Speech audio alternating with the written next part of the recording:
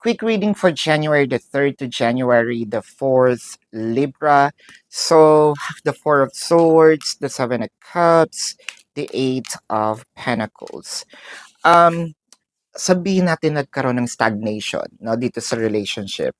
Medyo nagkaroon ng, sabihin natin, either damutan or nagkaroon ng, um, sabihin natin tamaran, no, nagkaroon ng tamaran with the Seven of Cups. Siguro nagkaroon ng distraction, whether ikaw or yung person mo, one thing's for sure, medyo hindi nag-focus dito sa relationship. Pero at least ito yung time na gagawa ng paraan para to patch things up, no?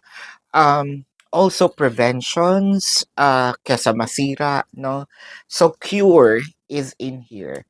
Parang 'wag na nating palakihin, 'wag na nating sirain pa.